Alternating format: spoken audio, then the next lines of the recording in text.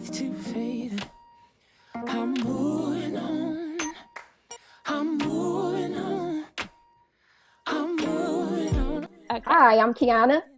And I'm Khadija, and we're joined today with incredibly talented Jonathan McReynolds. How are you today? I'm good. How are you? I'm well. Let's just jump right into it.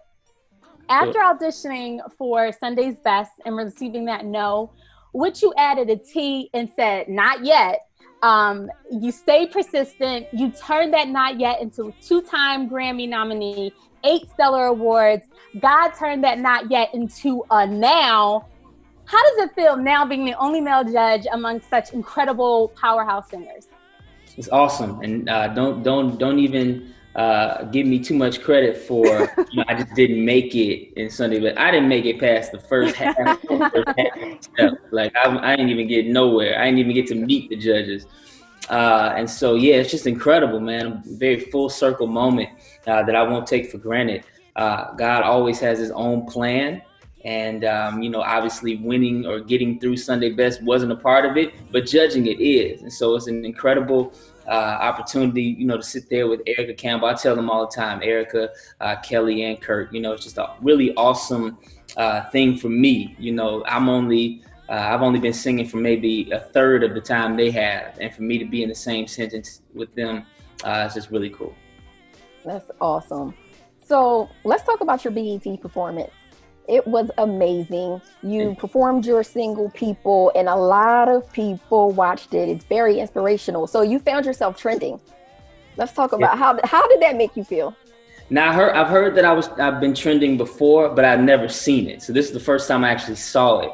And so yeah, it was just really cool. I mean, it just speaks to the award show. It was a really good award show to me. I really enjoyed it. Definitely. The whole way through anyway.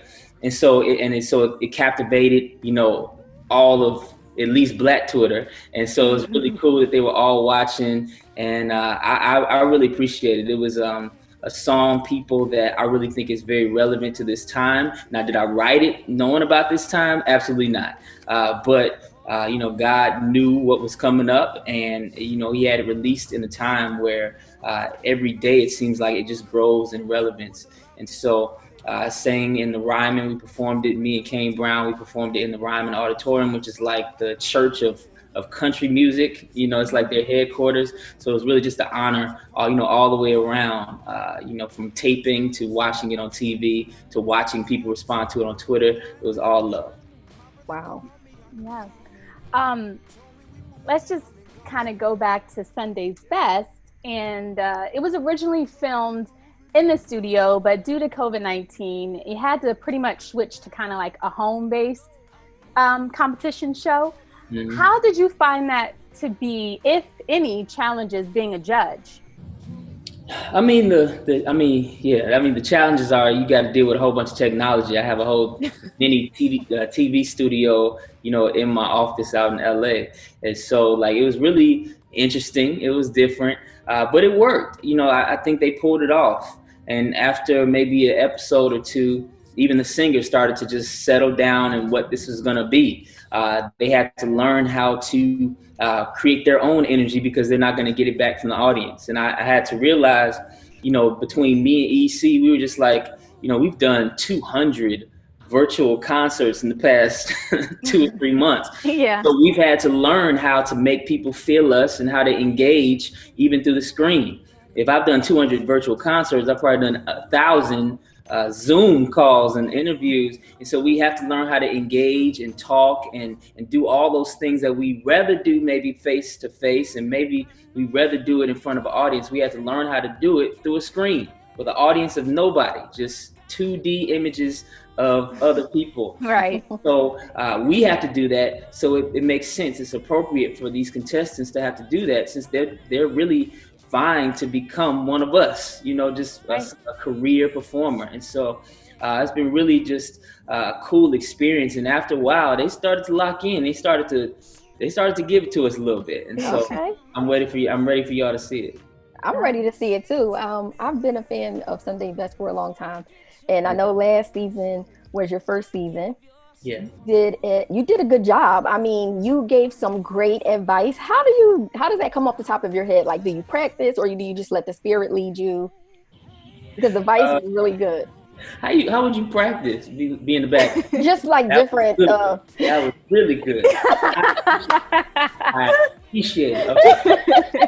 Okay. No, I mean, honestly, I'm a teacher more than anything else.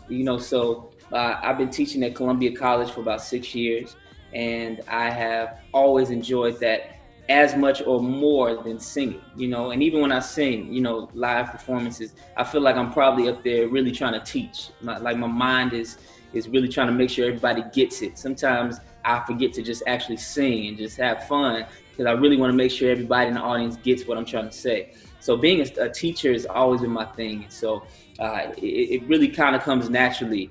I don't practice that much. Maybe I should. What I should practice on is my faces. My faces are not as encouraging as my words are. But no, I really just enjoy it, and it's a natural part of me. So I'm really blessed that God gave me this opportunity, because it fits right in everything I'm trying to do as far as Columbia, my own music, even my organization. It's all about teaching, and this is really just another component of that. Definitely. I love how your sound really can't be defined. Yes, it's Christian music, but it also gives elements of soft rock mixed with a little R&B. And I really believe that no matter what walk of life, the listener, in my opinion, will just really be captivated by the pureness in your voice, and followed by, you're welcome, like your motivational message after. Is this like a strategic plan that you come up with, or is it kind of just flows from the heart and whatever will be will just be? What's up with y'all thinking everything I do is so intentional? Well, no. I mean, because you do a great job. It's so effortless. Yeah, exactly. That is the word. There you have it. I think that for a lot of things, and this is not across the board, there's a lot of things I need to mature on and grow on. I would love to get better at certain things, but when it comes to the music part of my life, when it comes to the singing part of my life, very early on, I did it. I started off doing it the way I could do it. There's, I didn't start faking. I didn't start trying to when I really couldn't. Right. Like I had to. I just sat down. I was in my dorm room. I was in college, and I sat down with a guitar, and I really couldn't even play the guitar that well either. My mother used to hate that.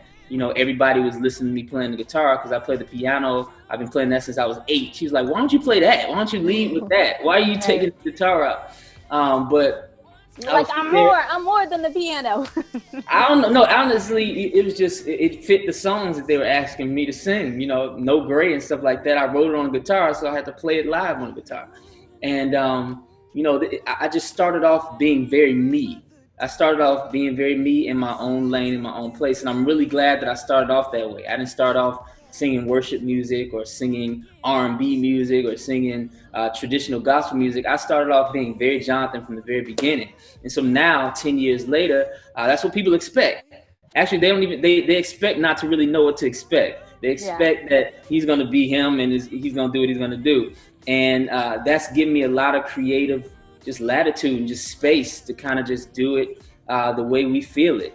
And of course, we always do it with the same spirit, the same heart. To me, I'm always lyrics first. So no matter what the sound is, make sure these lyrics make sense and they actually edify somebody. Other than that, I guess God is doing the rest. He's making the way, and I'm just trying to steward it as best as I can. Okay. So you're doing a great job at it. Absolutely. You talked about your dorm room and writing No Gray. So you went from that to fast forward, Kirk Franklin calling you the future of gospel music. First of all, did you even see your future being what it is now? And how does that make you feel when you hear that? And what does that mean to you exactly? Because that's pretty heavy. When I got done recording No Gray, or maybe I was halfway through it or something like that. Again, this is all dorm room productions. And so I had some of my college friends who were in the room, particularly my best friend, Brittany. And she was just like, she was like, this is a good song. I was like, but this song ain't really gospel. Nobody's gonna want to hear this. I got another song called Loving Me. Maybe that's a better song for gospel people. No Gray is not gonna be it. But as I started to sing No Gray live, immediately it just hit so hard. I would go to the churchiest of rooms where they just shouted and ran 5 laps, and they would all sit down and listen to what I had to say. And it was just the weirdest thing. I'm a Church of God in Christ Pentecostal organist too, so I'm used to making them shout, making them run 5 laps. And so the music that I was actually creating as an artist was so different from that. I didn't think it had a space in gospel at all anyway. I honestly thought that me starting off my gospel career with, Lord, I'm split in 2. Part of me loves the world and the other loves you. That was not supposed to work in gospel ever. That's not how it's supposed to go. It's supposed to go, Jesus, I'm sure about you. There ain't no doubt in my mind that this is where that's how gospel's supposed to go. And so I really didn't think that there was going to be much opportunity for me. As a matter of fact, I have a letter framed in my bathroom that came from a early record exec, really talking gospel record exec, talking about how I have no chance. There's absolutely no way this is gonna work. And I'm not saying that he was too ridiculous. I didn't think it was gonna work either. But God had his own plans. And so, when you start to move into it, you realize that what this generation, our generation, needed out of gospel music is not what the last generation needed. And so I was basing everything off of what they did and how they did it. In actuality, our generation, we just really needed some honesty and some transparency and some plain words, no King James version. And, and we'll take it in kind of whatever musical form that we're taking it, because music is so blended now. Cultures are blended now. And so, it's very surprising to me, trust me. I'm a nerd. I expected to be a meteorologist, not an artist.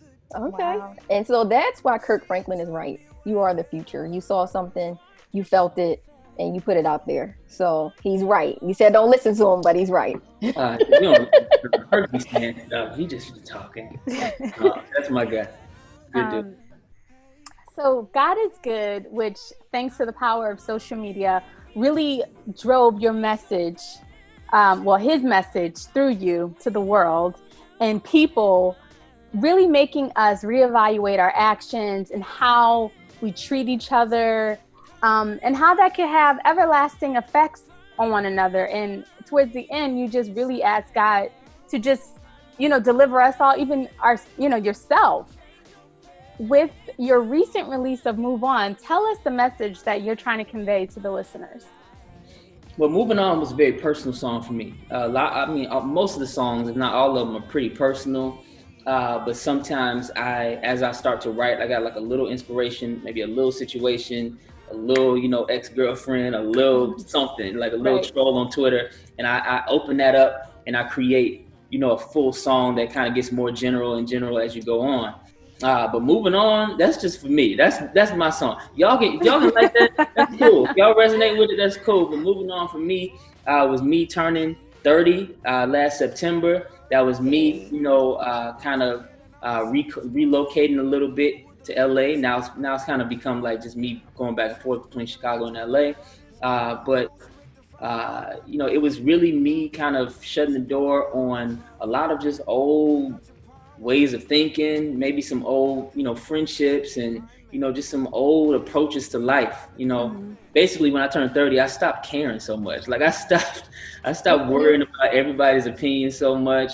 I gave my whole 20s pretty much to this gospel thing, and, trying to live that whole thing out, trying to date discreetly, trying to, monitor everything I post and everything, because I know how much people are going to go crazy, over the wrong picture or the wrong statement. That's just too much pressure. It's just too much pressure. I'm moving on. Y'all, listen, y'all, you give so much energy to people that won't give it back, that will never be able to give it back, even if they wanted to.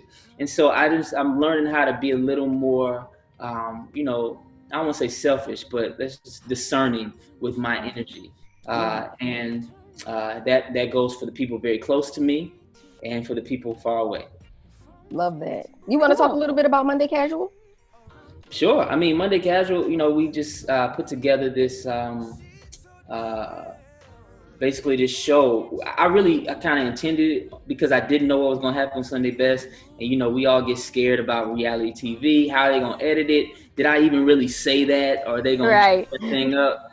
So I really kind of set up Monday Casual as a, you know, like a safety net for me to say what really happened. Now, of course, Jesse Collins, BET, all of them, they don't do any kind of chopping and screwing. This is normally how it really went, or, you know, pretty much always how it really went. Not a lot of smoke and mirrors going on. And I didn't really have to defend myself ever. So it just really became a show for my friends to just laugh at me while I'm on TV and not take me seriously. And so that's pretty much what it's devolved to. And you know, it's always hilarious. My bass player, Thad, my barber, Leon, and sometimes I just get guests if I'm like out of town. We've had Travis Green on there. We've had Major on there. So, I mean, it's just always a funny thing. And yeah, my mother, one day I did catch her and say, all right, you're going to be a part of the show. And I started to screenshot some of my DMs because I think that she'd be pretty interested to see some of the stuff that goes down in it. She didn't even see the craziest stuff. I didn't want to give her the craziest stuff. Right. Gave her the PG crazy, but it gets a little crazy going on, especially if you go to the message request. Oh man, that's something different. I don't know what's going on over there. Wow. So we're going to switch it up a little and do our game time, where we ask singer-songwriters, such as yourself, to just write a little hook. So it's called Write the Hook. And we'll give you 2 words. And, you know, we were really going over what are like 2 good words we can give Jonathan, because he's like so incredibly talented with all his songs, and everything has a meaning and it's powerful messages, we believe.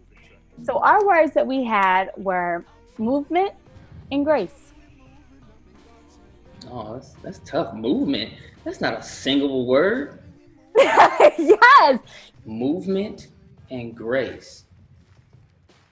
You want us to give you a different word? It's so deep. I don't know. Everything I'm thinking I could possibly say is like way too deep. Like never too deep. I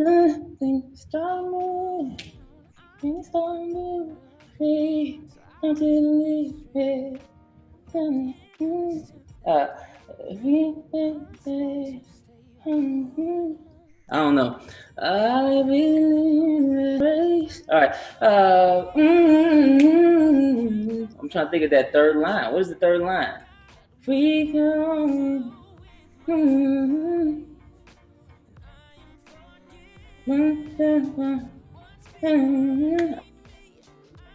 Yeah, I think we can start a movement. I think we can start a movement if we. I don't know. What am I talking about? Yes. Yes, you can start a movement. Keep it going. You already started a movement. Switching it up.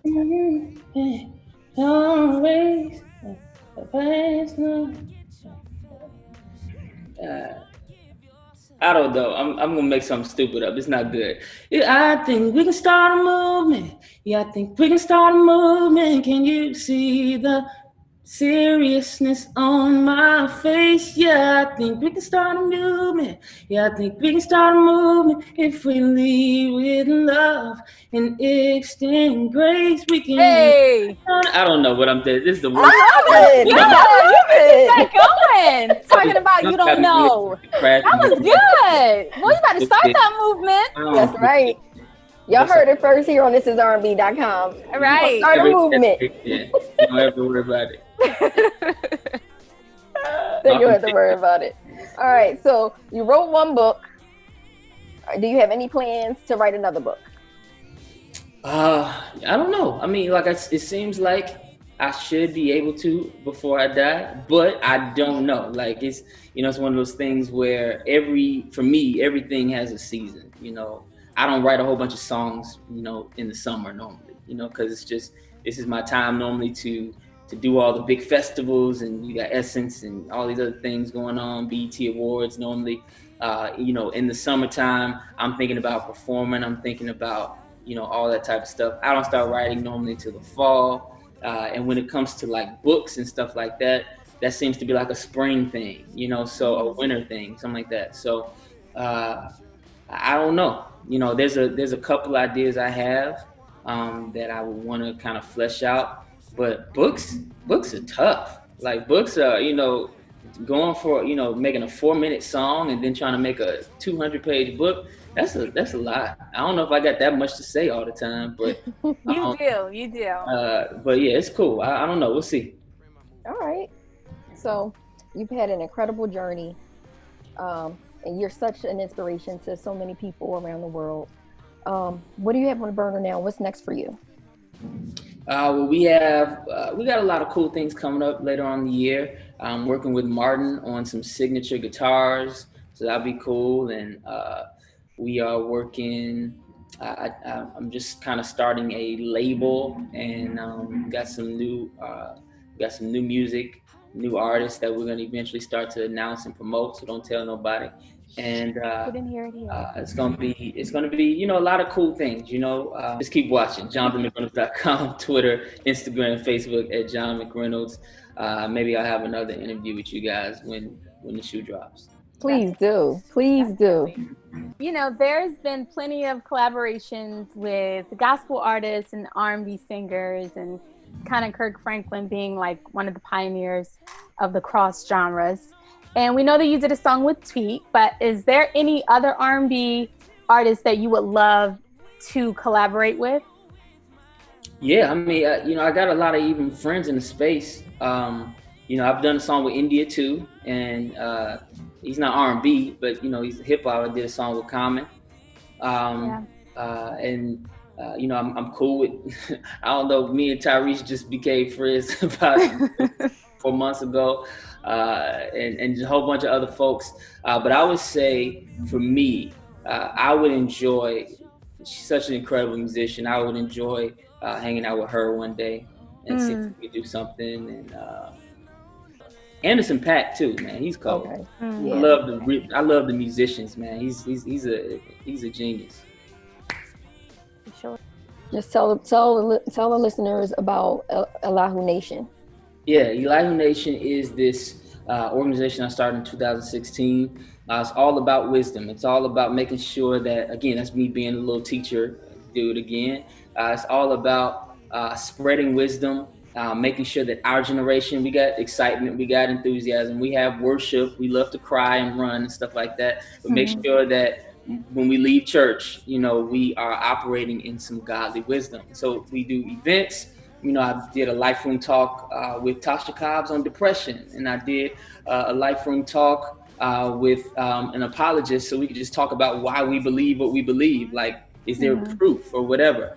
And so we try to do that type of stuff. And then every year we give at least $10,000 of scholarships to, just college kids, juniors and seniors and grad students. They all send these like incredible applications, answer these questions. It's really encouraging to see how many just intelligent people are in the kingdom.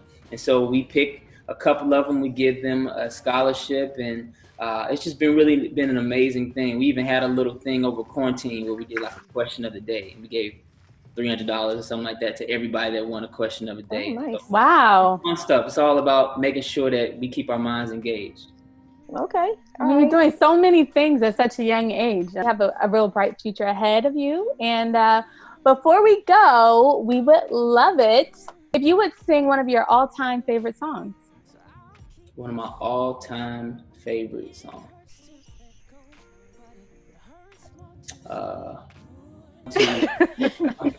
This is the song that I would sing if there was like a girl kind of near me. This is back in high school, and I would just sit there and kind of hum to myself and hope that maybe she was attracted to the sound. I'd say, we don't even talk anymore. We don't even know what we argue about.